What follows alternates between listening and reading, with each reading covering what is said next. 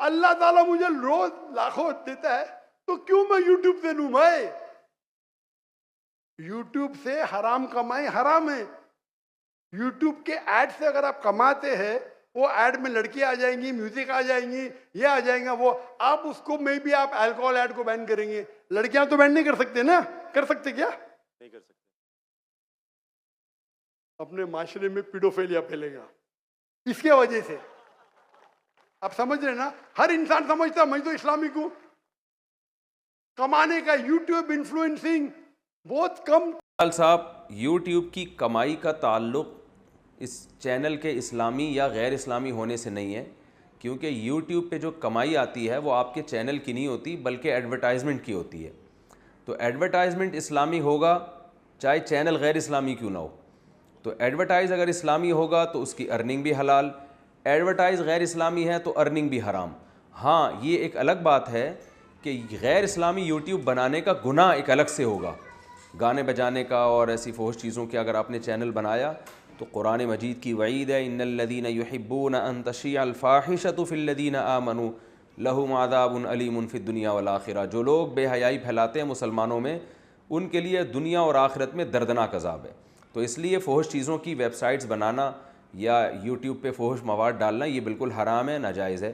لیکن ارننگ کا تعلق آپ کے چینل سے نہیں ہے، ارننگ کا تعلق آپ کے ایڈورٹائز سے ہے کہ اس پہ ایڈورٹائز کون سے چلائے جا رہے ہیں. تو ایڈورٹائز جو ناجائز چلیں گے تو اس کی ارننگ بھی ناجائز، اور جائز ایڈورٹائز چلیں گے تو ارننگ بھی جائز. اب ناجائز ایڈورٹائز کسے کہتے ہیں اس کو خوب اچھی طرح سے سمجھیں. ناجائز ایڈورٹائز کہتے ہیں شراب کا ایڈورٹائز چل رہا ہے اس کے اوپر، یا کسی کوئی مووی آئی ہوئی ہے جو آج کل زیادہ تر ناجائز ہی ہوتی ہیں، جو جس میں فحش وہ چیزیں دکھائی جاتی ہیں. تو کسی مووی کی ایڈورٹائزمنٹ چل رہی ہے، اشتہار چل رہا ہے، یا سور کے گوشت کا کوئی چیز ہے جس کو پروموٹ کیا جا رہا ہے، یعنی وہ چیزیں جو اسلام میں جن کی خرید و فروخت حرام ہے، یا سودی بینک کا ایڈورٹائز آ رہا ہے، تو ایسے ایڈورٹائز کی ارننگ بالکل حرام ہوگی.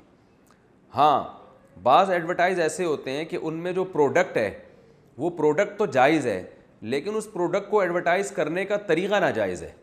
تو اس طریقے کے ناجائز ہونے کی وجہ سے پوری ارننگ حرام نہیں ہو جائے گی.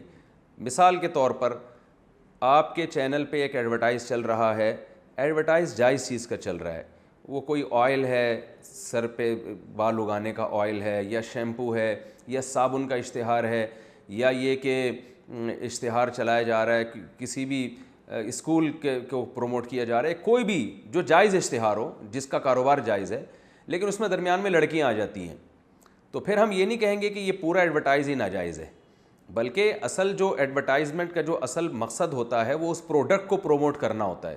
اس میں لڑکیوں کا جو داخلہ ہے وہ اصل بیسک مقصد نہیں ہوتا. تو شریعت کا اصول یہ ہے کہ ہر چیز کو اس کی ویلیو اتنی دی جائے گی جتنی ہے.